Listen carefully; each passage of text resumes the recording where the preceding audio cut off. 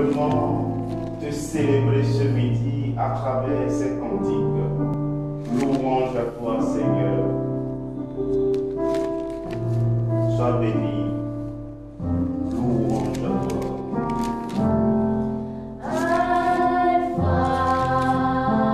Le commencement et la fin. À part toi, Seigneur, point d'autre Dieu.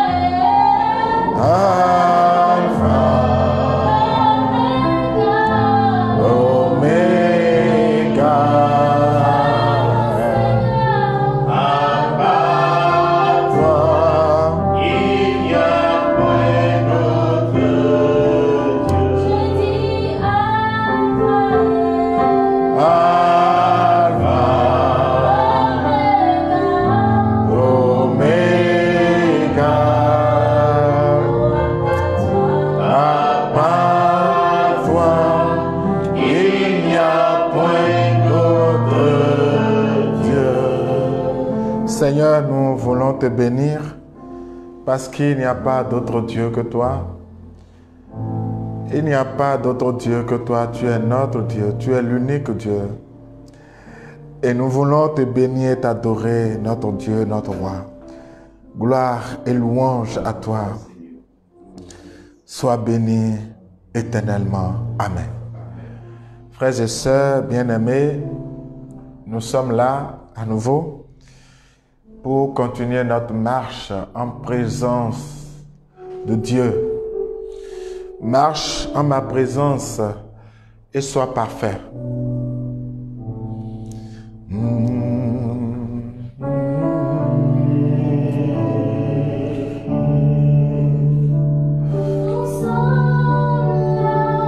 Nous sommes là, venus pour te rencontrer.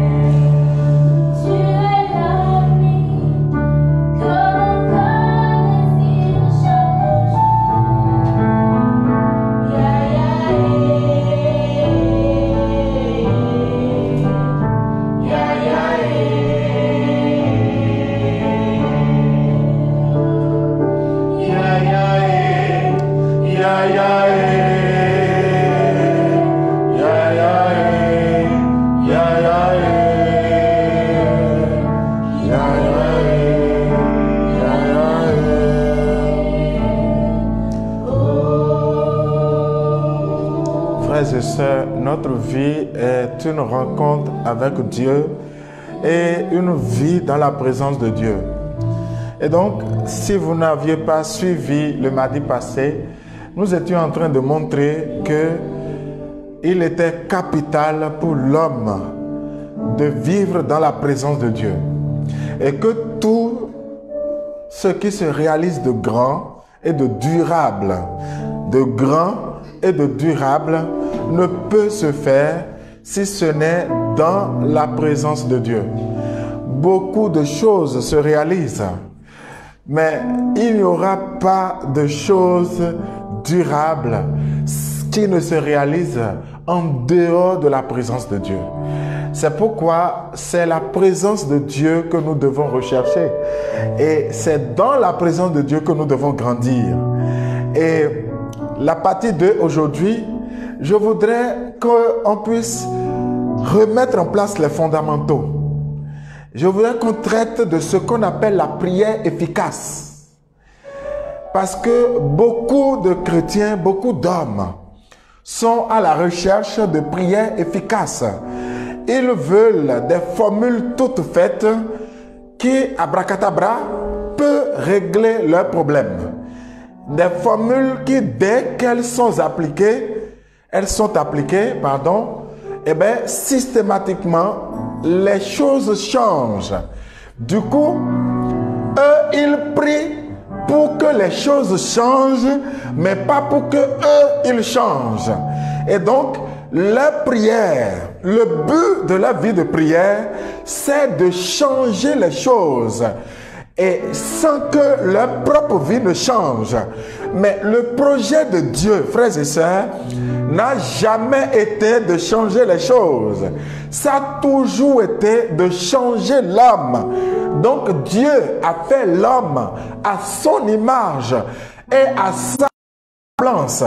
Le projet de Dieu, c'est que l'homme lui ressemble finalement. Et donc, s'il y a quelque chose qui doit changer, s'il y a quelqu'un qui doit changer, c'est l'homme. L'homme ancien doit mourir et l'homme nouveau qui correspond à Dieu, lui doit prendre vie.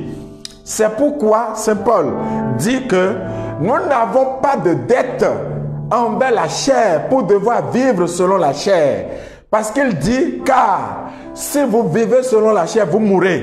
Mais si par l'esprit, vous faites mourir les agissements de l'homme pécheur, vous vivrez. Et donc, l'homme pécheur doit mourir pour que l'homme selon Dieu puisse vivre. Et c'est toujours le plan de Dieu. Et donc, tout changement de choses qui ne part pas du changement de l'homme ne peut pas durer et ne peut pas servir l'humanité. Et donc, quelle prière efficace peut exister pour que l'homme, lui, puisse changer sans que ça ne soit l'œuvre de Dieu? Il n'y en a pas.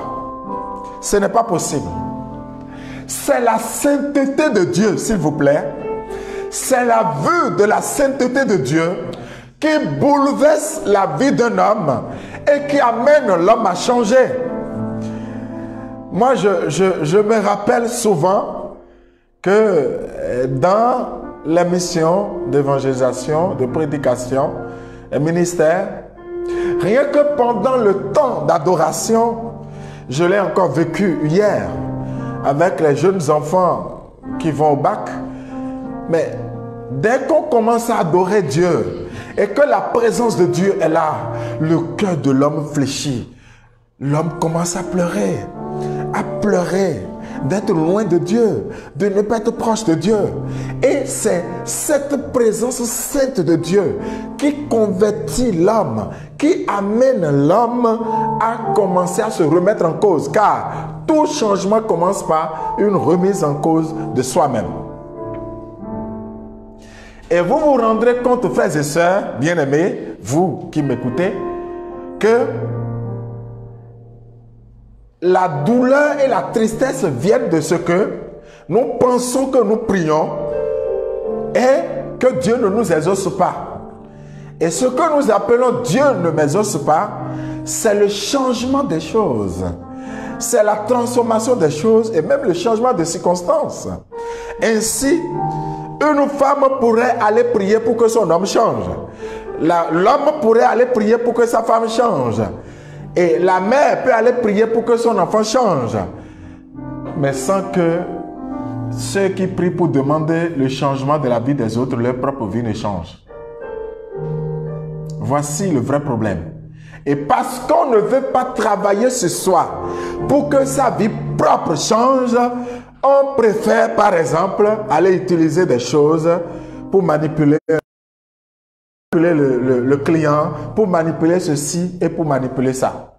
C'est-à-dire que chez nous, au Bénin, il y a quelque chose qu'on peut faire et on dit, lorsque la femme donne à l'homme, l'homme devient docile.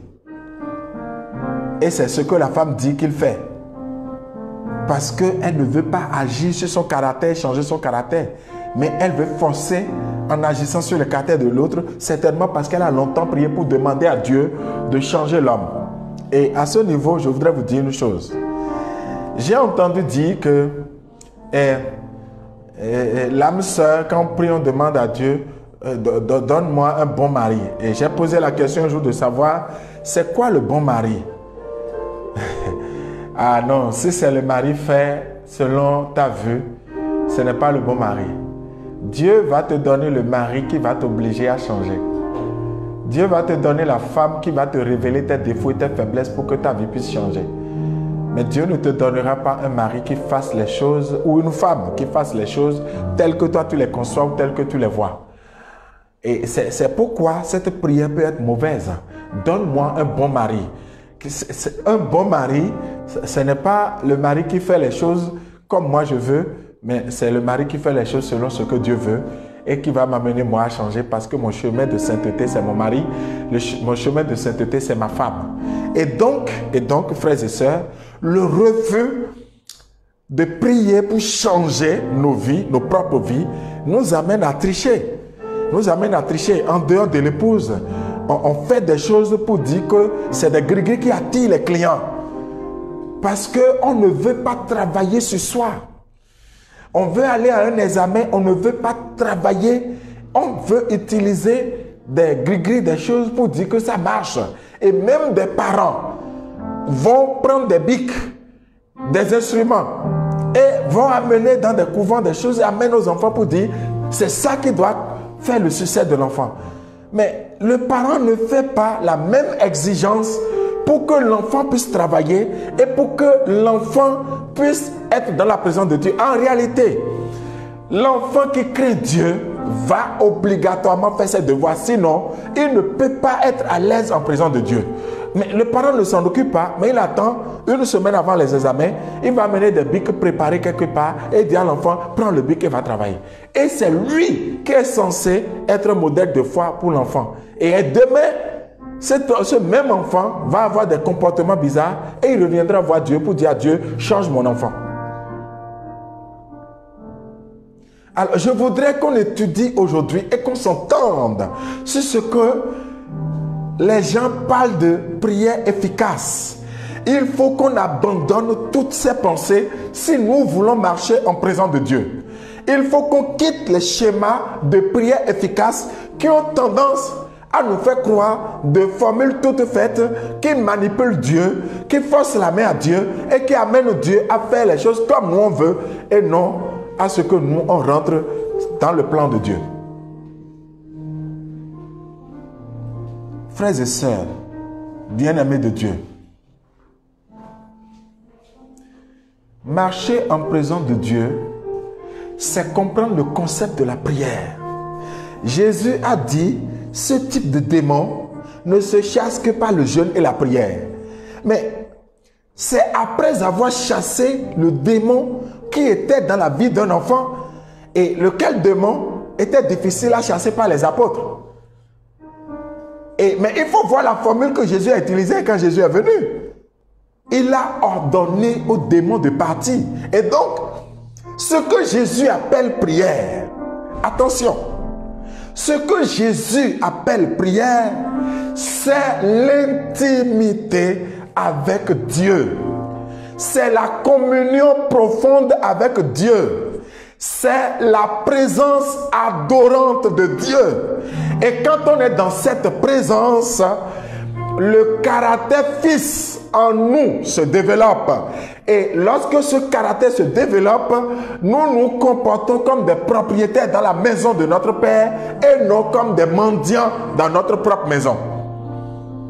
Vous savez, ce qui est étonnant chez le grand frère de l'enfant prodigue, le grand frère de l'enfant prodigue, ce que son père lui reproche, c'est de n'avoir jamais été un enfant. Bien qu'il soit là à appliquer les lois, à respecter le papa, mais il n'a jamais pris la position de fils. Parce que la position de fils est telle que lorsqu'il a eu besoin de tuer un chevreau avec ses amis, il aurait dit, donnez-moi un chevreau, et on lui amène le chevreau, et il tue le chevreau, il mange. Est-ce que jamais il a ordonné que les ouvriers ou les gens qui travaillent chez son père lui amènent un chevreau qu'il tue, et ça ne s'est pas fait?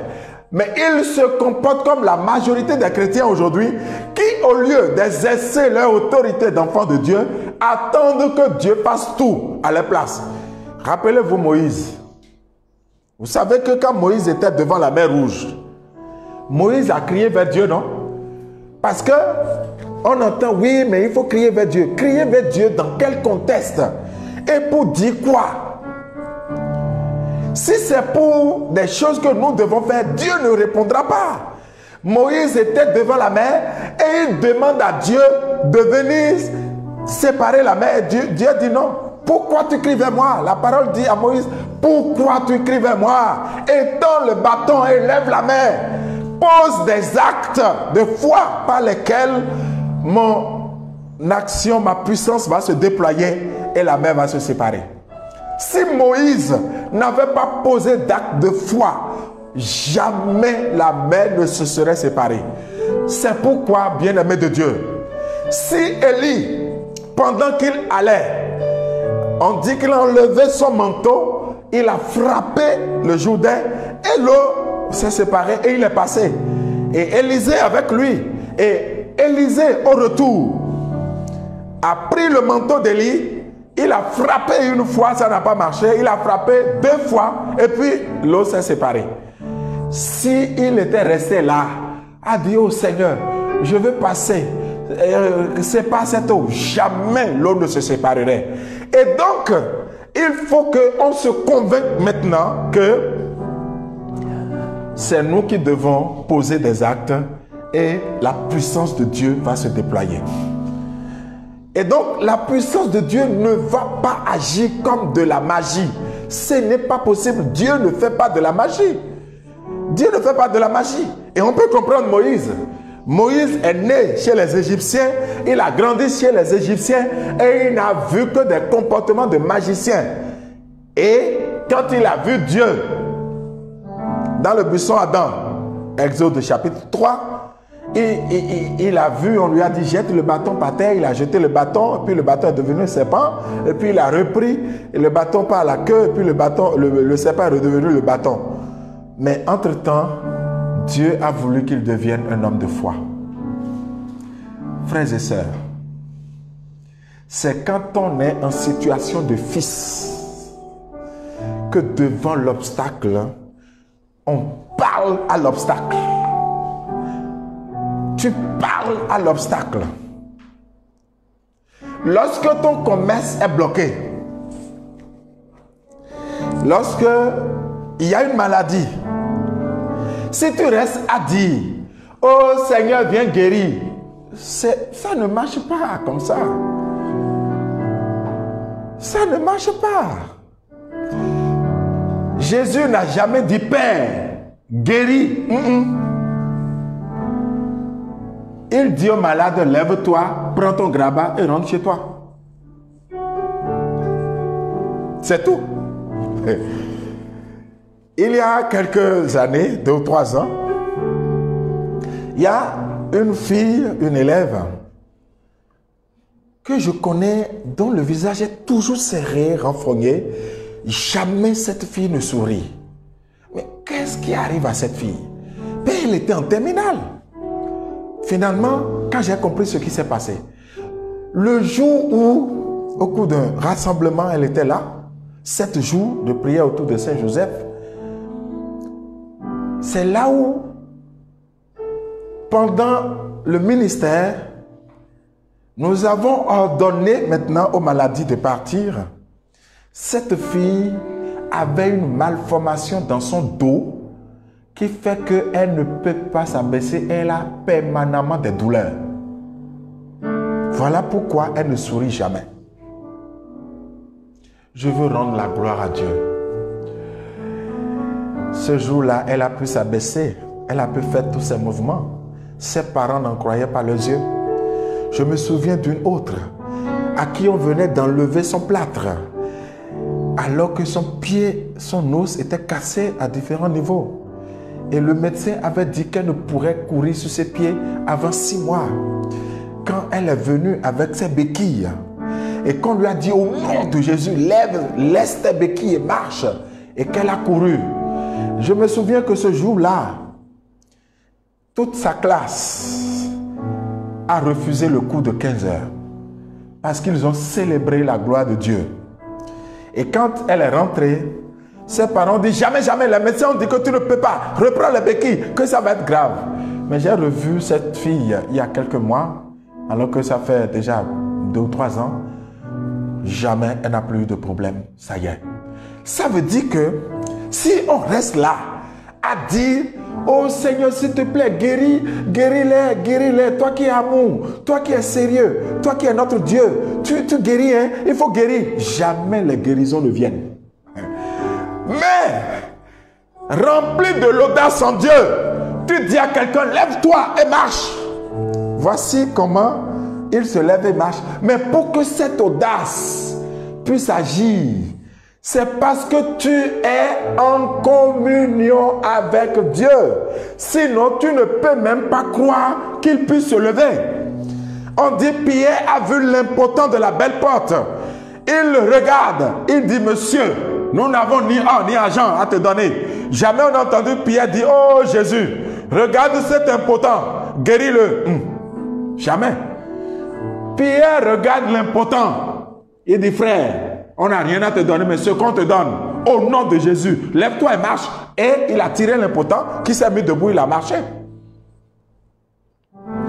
Il faut d'abord qu'on se convainque que notre façon de prier est mauvaise. Il faut qu'on change notre prière.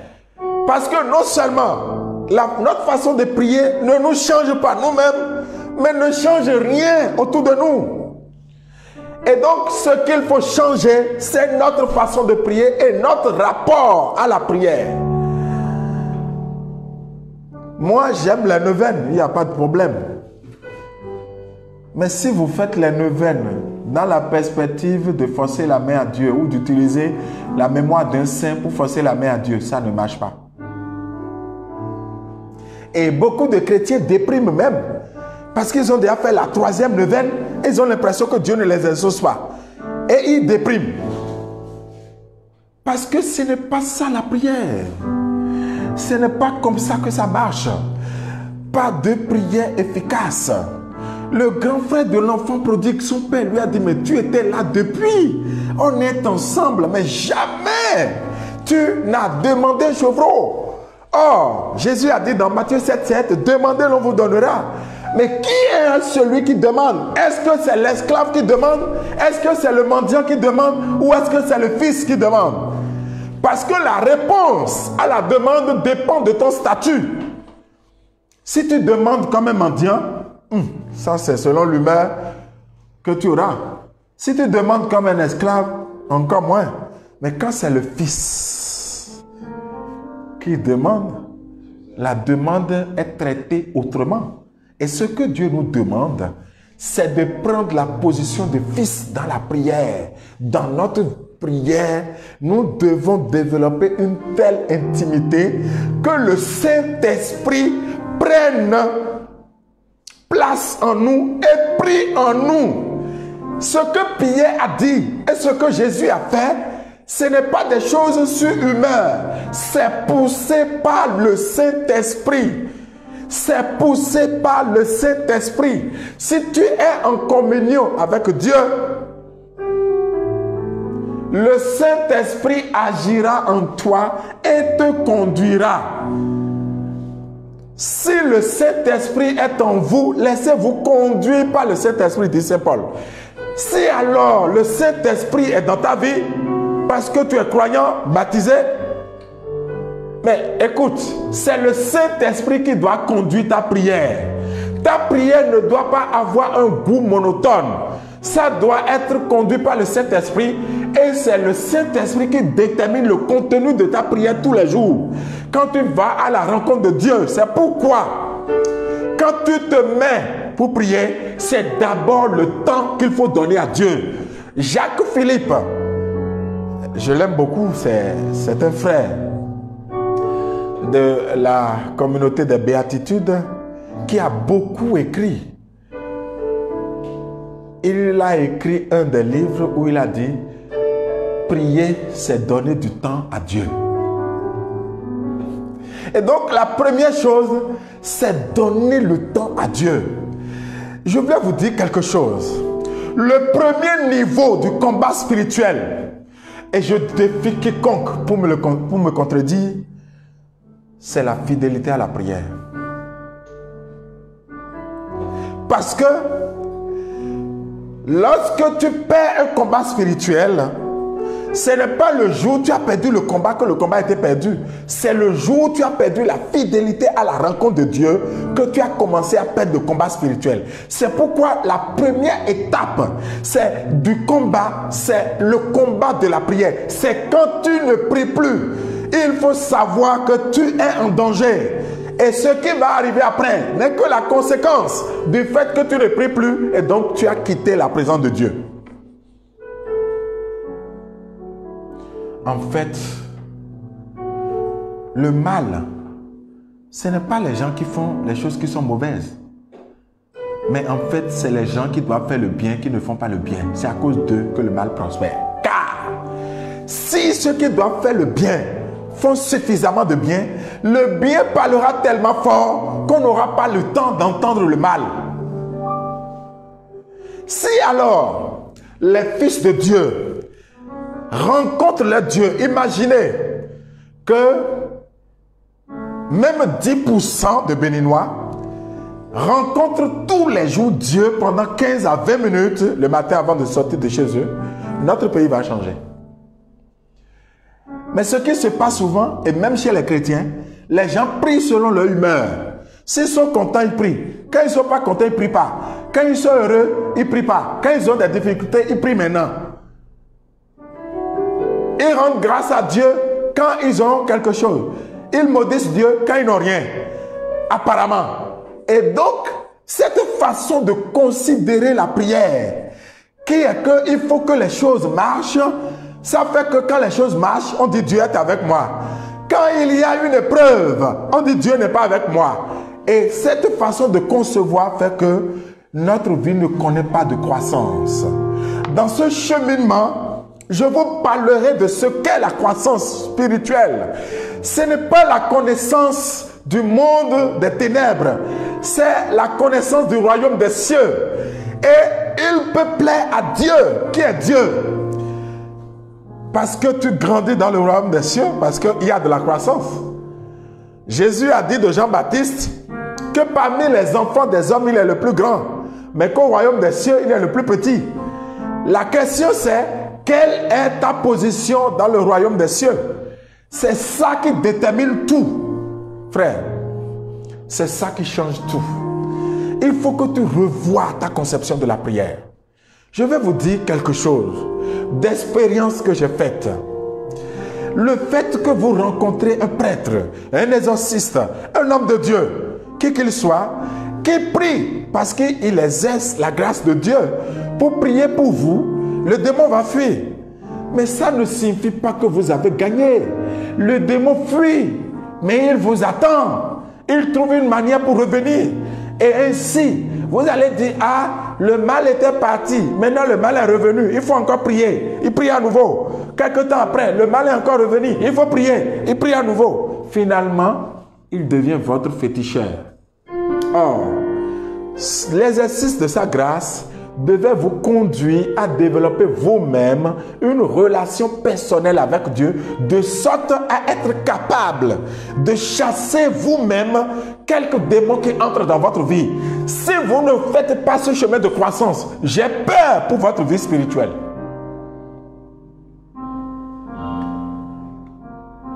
Aucun homme, fût-il homme de Dieu, ne peut garder pour lui de maintenir des frères, des sœurs sous autorité ou sans lui, ils ne peuvent pas prendre leur vie spirituelle en main. C'est grave.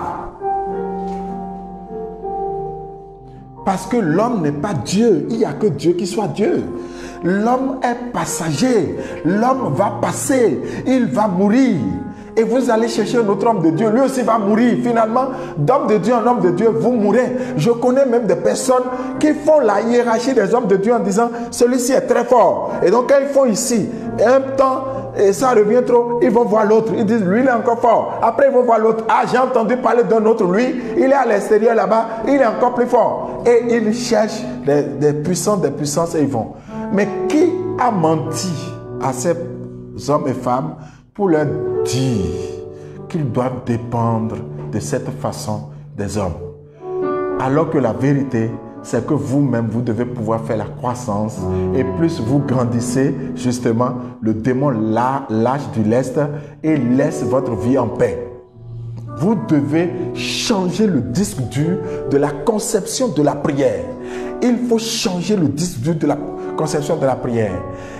Un homme peut prier pour toi, mais c'est encore mieux s'il prie avec toi. Ça veut dire que tu pries et sa prière soutient ta prière. Ce que je suis en train de vous dire, frères et sœurs, si nous ne changeons pas de méthode, si nous ne changeons pas de technique, de façon de faire, nous n'y arriverons pas. Nous n'y arriverons pas. Nous n'y arriverons pas. Saint Jacques a dit, vous priez et vous n'obtenez rien parce que vos prières sont mauvaises. Nous prions, nous n'obtenons rien parce que nos prières sont mauvaises. Voyez, frères et sœurs, nous nous comportons comme les Hébreux quand ils sont sortis de l'Égypte. Comme ils sont restés en Égypte, vous savez, c'est plus de 400 ans d'esclavage. Et donc, c'est des générations sur des générations qui sont passées. Et donc, ceux-là, ils ont eu le temps d'oublier ou la pratique de la relation avec le Dieu d'Abraham, d'Isaac et de Jacob. Mais ils en ont entendu parler. Ce qu'ils ont vu pratiquer, c'est la religion des Égyptiens, où on fabrique des idoles pour chaque dieu. On fabrique, et donc, un Dieu qui n'est pas représenté n'existe pas, selon eux. Et quand Moïse est venu les chercher, et ils sont sortis de l'Égypte, ils sont maintenant dans le désert, Moïse est allé sur le mont Sinaï pour parler avec Dieu. Seulement 40 jours et 40 nuits. Ils ont dit, Moïse ne reviendra plus. Moïse ne peut plus revenir. Et Aaron, le frère de Moïse, lui qui est chargé d'être le porte-parole, il a rassemblé tous les objets d'or qu'ils avaient, les boucles d'oreilles et autres. Ils ont fondu ça et ils ont fait un veau d'or. Un veau en métal. Et ils ont osé dire, voici le Dieu qui nous a sortis d'Égypte. Parce que ils étaient incapables d'être dans la présence de Dieu par la foi. C'est pourquoi j'aime Thérèse d'Avila. C'est ma grande sœur Thérèse d'Avila. Elle dit que mais prier, c'est entrer dans un commerce d'amour avec quelqu'un qu'on sait qu'il nous aime. Le conseil là signifie, c'est pas la foi que je sais que il m'aime. Et donc, j'entre dans sa présence parce que le nom de Dieu, c'est Emmanuel. Dieu est avec nous. Le nom de Jésus, c'est Dieu est avec nous. Et donc, si Dieu est avec nous, Dieu est là. Lorsque je me mets à prier, alors, je dois chercher à rentrer dans la présence de Dieu.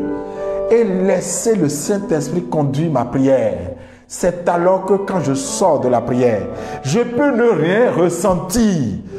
Parce que la prière n'est pas non plus un recueil de choses qu'on ressent ou de visions qu'on a. Le but principal de la prière, c'est de rencontrer Dieu, d'écouter Dieu et d'échanger avec Dieu, de se laisser éduquer et enseigner.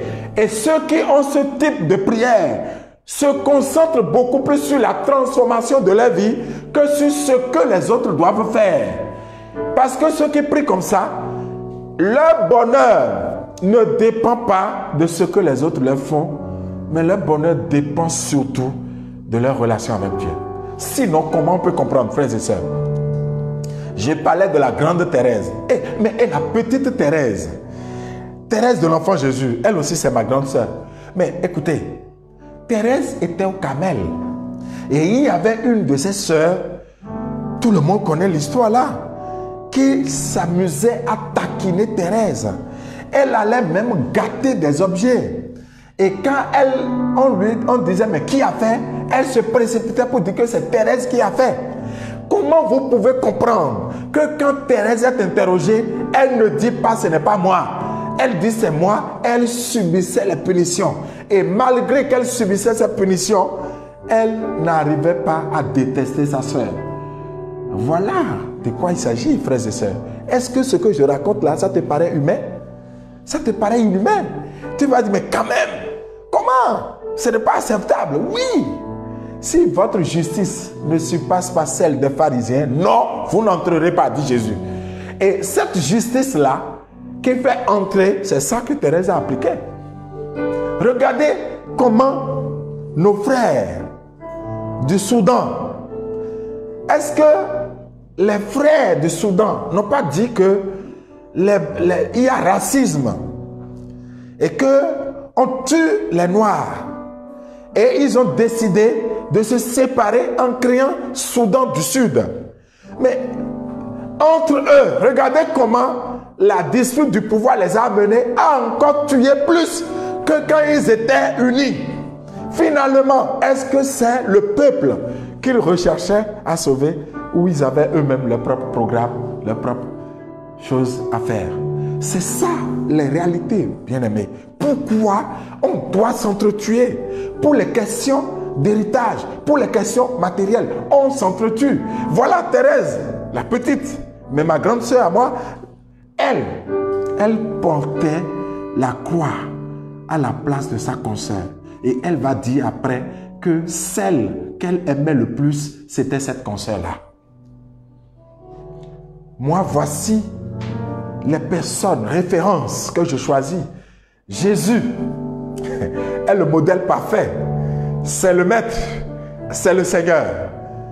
Et après Jésus, il y a ceux qui ont tenté, ont travaillé pour ressembler à Jésus. Ceux-là sont plus proches de nous parce qu'ils sont purement hommes, alors que Jésus, lui, il est vrai homme, vrai Dieu. Et donc, ceux-là, on peut les regarder. Et je regarde les gens de la croix. Je regarde les Thérèse d'Avila. Je regarde les Thérèse de l'enfant Jésus. Et je regarde les Catherine de Sienne. Je regarde les François d'Assise, les Claire d'Assise, et les Antoine de Padoue, les Bonaventure, et les Goretti. Goretti, Maria Goretti, qui a fêté le 6 juin. Écoutez, comment vous pouvez comprendre qu'une petite fille de 12 ans ait le courage de dire non à un ouvrier géant qui, dans la colère, la poignade? Elle meurt. Mais avant de mourir, elle a le courage de pardonner à son meurtrier qui était assis dans l'église le jour où on était en train de la canoniser. Mais regardez Jean-Paul II. Comment ne pas parler de Jean-Paul II? Un homme qui s'abîme dans la présence de Dieu. C'est le mot ça. Il s'abîme quand il est dans la présence de Dieu. Mais il disparaît. Il disparaît pour laisser paraître Dieu. Pour laisser Dieu être. Pour laisser Dieu se voir. Il finit devant Dieu. Et ce n'est pas étonnant que même après sa mort, sa tombe soit très visitée. Je vous dis quelque chose.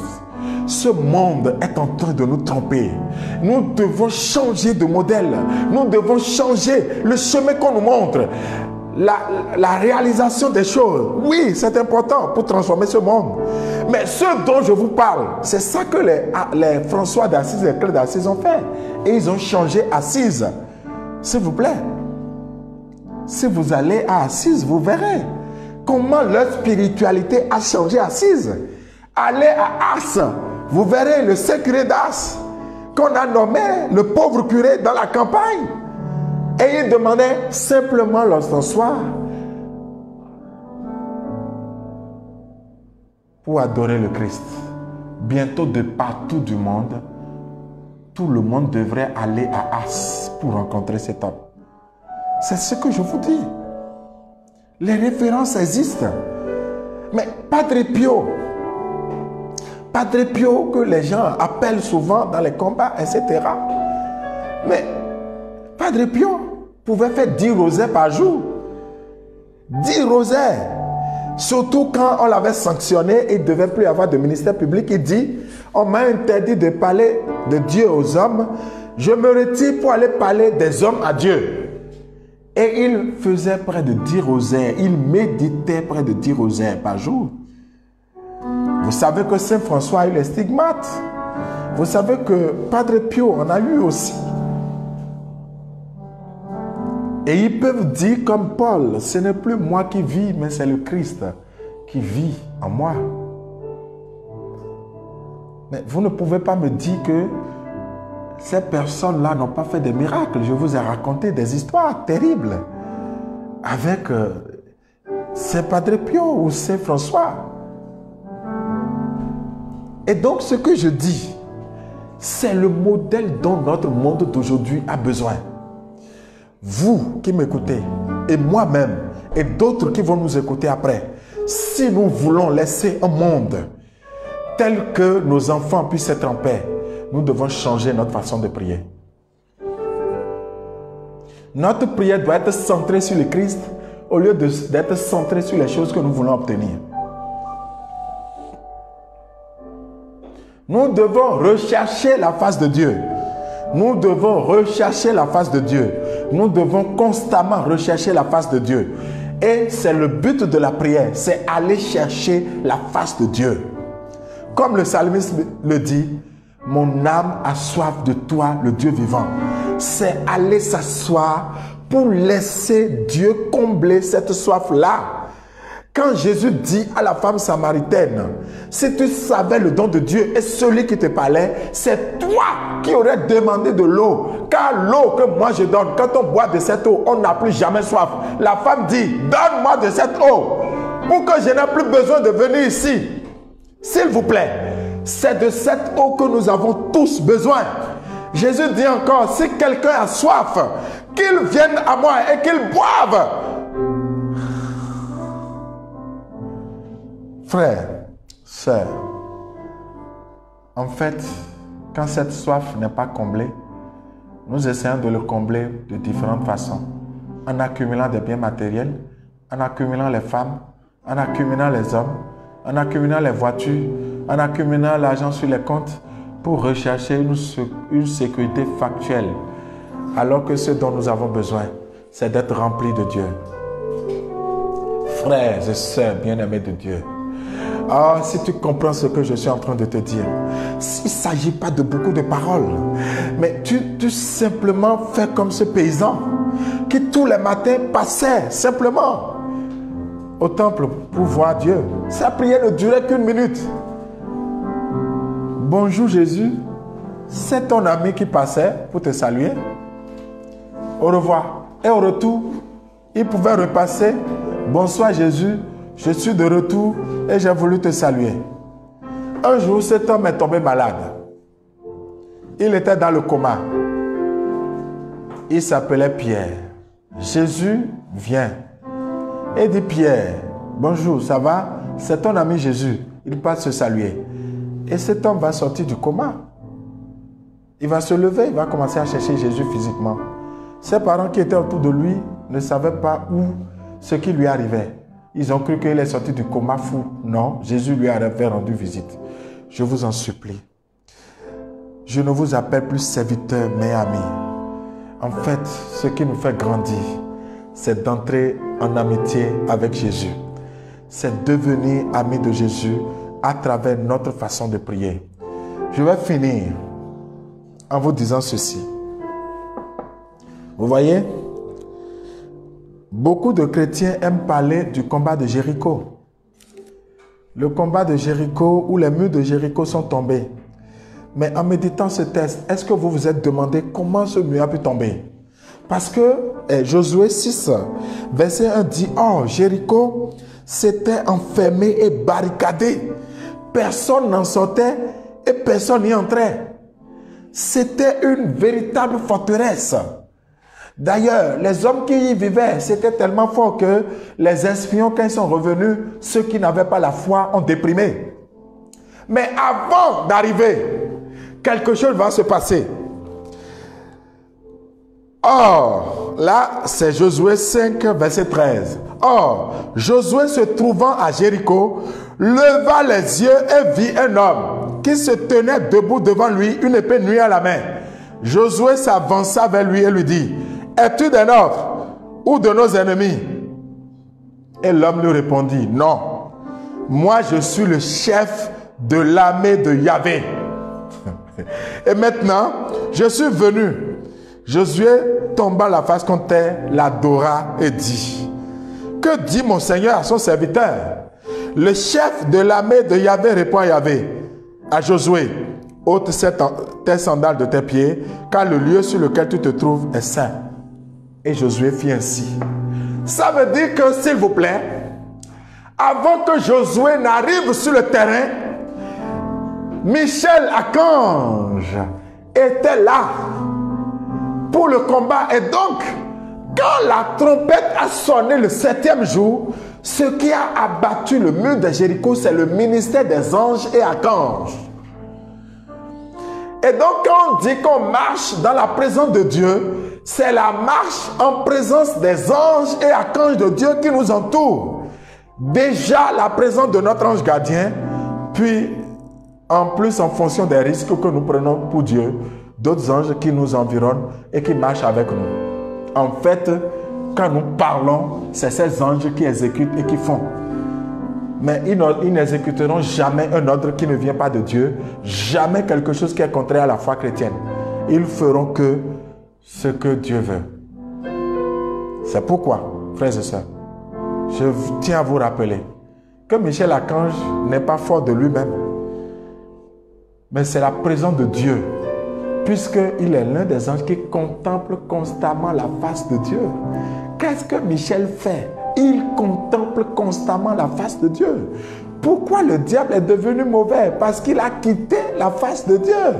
Et donc, quelle que soit la grâce que tu as, quel que soit le don que tu as reçu, si tu quittes la face de Dieu, le don va se pervertir et ne servira plus à construire le bien. Si tu connais quelqu'un, dis-lui cette phrase. Ta vie vaut ce que vaut ta prière.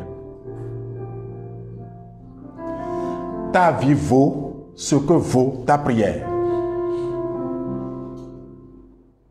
Si tu conçois mal la prière, c'est que tu conçois déjà mal ta propre vie. Si tu ne pries pas, tu ne vis pas.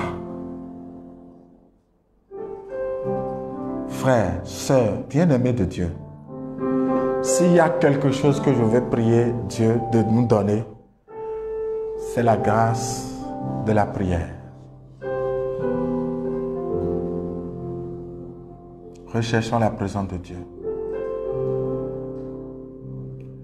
Baissons la tête et chantons.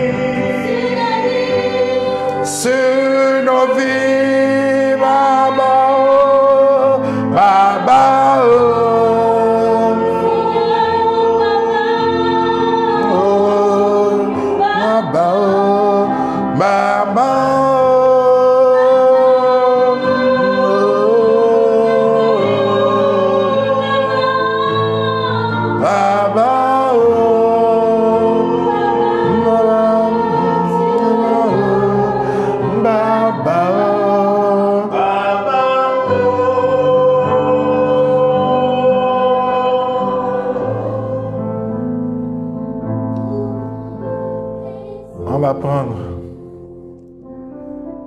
un autre chant. Seigneur, nous te bénissons, nous t'adorons. Vous savez, le silence fait du bien pour entrer dans le mystère de Dieu. Père si grand, nous t'adorons. Karia la bachonte, kaya la bako. Rabala yala kashada ya bakote charaba. Rimbala katara bako koshatara baba baba baba.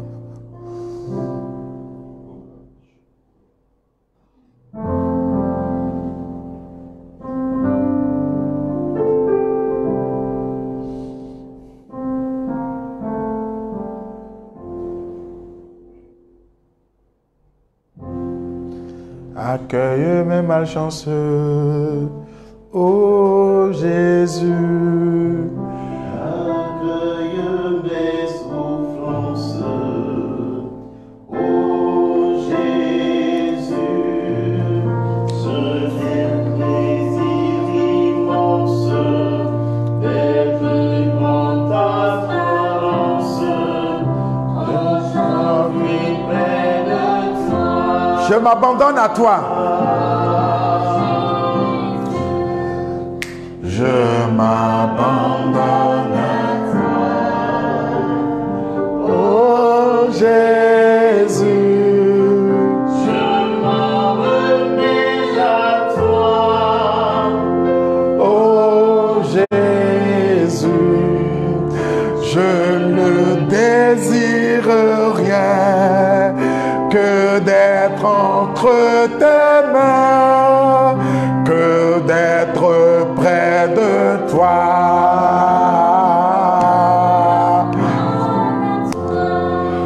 Je m'abandonne à toi, oh Jésus. Je m'en remets à toi, oh Jésus. Je ne désire rien que d'être entre tes mains, que d'être près de toi.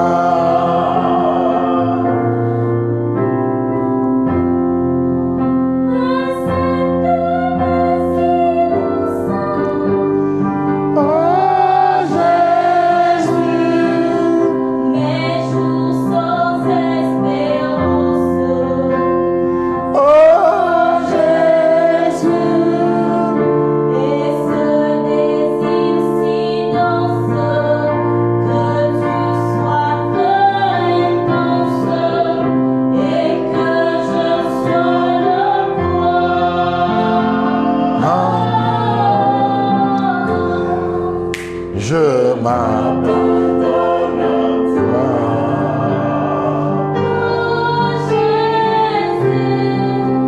Je m'en remets à toi.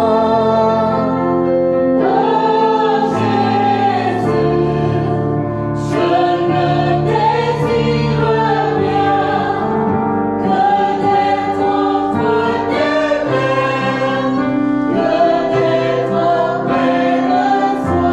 Je m'abandonne à toi. Oh Jésus, je m'abandonne à toi. Oh Jésus, je m'en remets à toi. Oh Jésus, je ne désire rien. Que d'être entre tes mains, que d'être près de toi.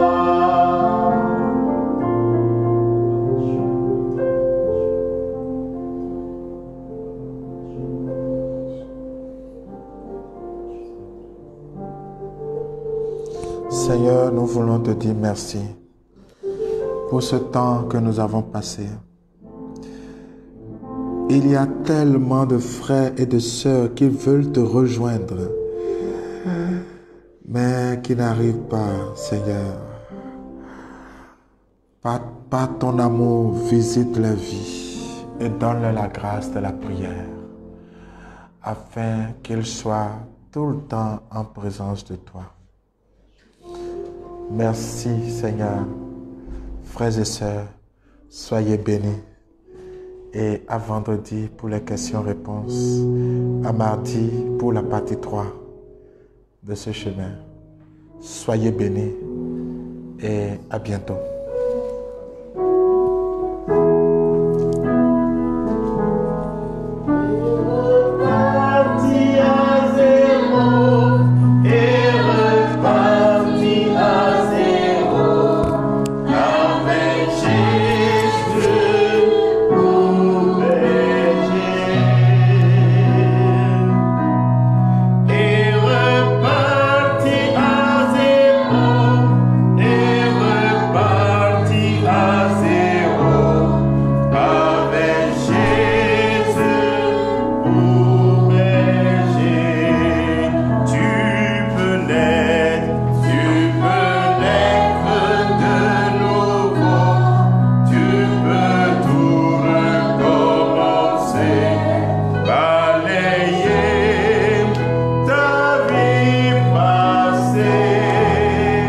Et reparti à zéro.